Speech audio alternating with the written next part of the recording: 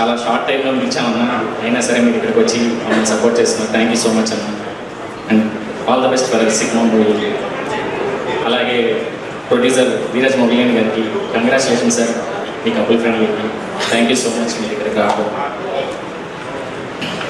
హే Balwant, actually పేరు బలవంతంగా మార్చాల్సి వచ్చింది. హే భగవాన్ కాస్త హే బల్వంత్గా మారింది టైటిల్ మాత్రమే, ఎంటర్టైన్మెంట్ అయితే కాదు. ఆ ప్రామిస్ మీకు నేను ఇస్తున్నాను.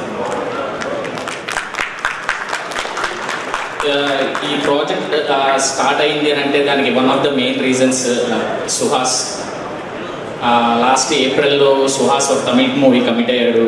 అప్పుడు ఆ ప్రాసెస్లో అన్న ఇలా మూవీ నువ్వు చెయ్యని నాకు ఈ ఆపర్చునిటీ ఇచ్చాడు. Thank you so much Suhas. Tamil మూవీకి డేట్స్ బ్లాక్ అయ్యి అంటే చాలా బిజీ షెడ్యూల్లో కూడా ఈ ప్రాజెక్ట్ కోసం డేట్స్ అడ్జస్ట్ చేశాడు. అంటే ఎంతలా బిజీ ఉన్నాడంటే కొన్నిసార్లు మా షూట్కి అంటే ఆ తమిళ్ మూవీ మదురైలో జరిగేది. మార్నింగ్ టు ఈవినింగ్ మదురైలో షూట్ చేసేవాడు. నైట్ ఫ్లైట్ పట్టుకొని హైదరాబాద్కి వచ్చేవాడు. మార్నింగ్ మళ్ళీ ఇక్కడ షూట్ చేసేవాడు. మళ్ళీ ఈవినింగ్ ఫ్లైట్ మదురైకి వెళ్ళేవాడు. అలాగా చాలాసార్లు తిరిగాడు. థ్యాంక్ యూ సుహాస్, నీ సపోర్ట్ అంతా ఇంత కాదు ఈ ప్రాజెక్ట్కి. జనరల్గా ఈ మూవీలో చాలా క్యాస్ట్ ఉందండి. చాలా క్యాస్ట్ ఉన్నప్పుడు స్క్రీన్ టైం అనేది ఈక్వల్గా స్ప్లిట్ అవుతుంది. కానీ ఏ రోజు సుహాస్ వచ్చి అన్న ఏంటి డైలాగ్స్ ఏమైనా ఎక్కువ రాస్తావా, ఏమైనా సీన్ ఇస్తావా అని ఎప్పుడు అడిగేవాడు కాదు. స్టోరీకి ఏం కావాలో అదే చెయ్యన్నా నువ్వు అని ఫస్ట్ నుంచి ఇప్పటిదాకా చాలా సపోర్టివ్గా ఉన్నాడు. Thank you Suhas. ఇంకపోతే ఈ మూవీ పట్టాలెక్కడానికి ఇంకొక మెయిన్ రీజన్ మా నరేందర్ రెడ్డి గారు. యాక్చువల్లీ సార్ బెంగళూరులో ఉంటారు. Weekly once or 2 weeks once ఖచ్చితంగా హైదరాబాద్ వస్తారనమాట. ఇనీషియల్గా అనుకునేవాడిని అంటే ఫ్లైట్లో తిరగటం ట్రావెలింగ్ ఇష్టమేమో, ప్రతి వారం వచ్చేస్తున్నాడు.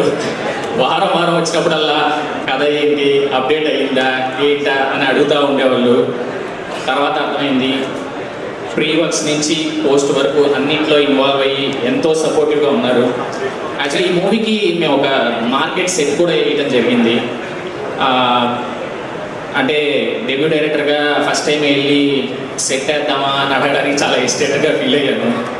సర్లే ఏదైతే ఏదైంది అడుగుదామని వెళ్ళి అడగగానే ఒకటే వర్డ్ గో హెడ్ అన్నారు. Sir thank you so much sir. అసలు మేకింగ్లో ఎటువంటి కాంప్రమైజ్ లేకుండా ఖర్చు పెట్టినందుకు thank you so much sir. యూజువల్గా మనం ఏదైనా బిల్డింగ్ కడితే బేస్మెంట్ ఎంత ఇంపార్టెంటో ఫస్ట్ ఫిలిం ప్రొడ్యూసర్కి అంతే important sir. February 20th basement rock సాలిడ్గా ఉండబోతుంది, అది నాకు గ్యారంటీ. ఇకపోతే Naresh sir 54 years of industry experience ఉంటుంది. కానీ ఏ రోజు మాకు ఎటువంటి ప్రెషర్ లేకుండా ఎంత కూల్గా పాజిటివ్గా సపోర్ట్ చేశారంటే అసలు ఒక డెబ్యూ డైరెక్టర్కి ఎంత ఫ్రీడమ్ ఇవ్వాలో అంత ఫ్రీడమ్ ఇచ్చారు. నరేష్ సార్కి ఇప్పటిదాకా వచ్చిన ఫిలిమ్స్లో అన్ని ఎంటర్టైన్మెంట్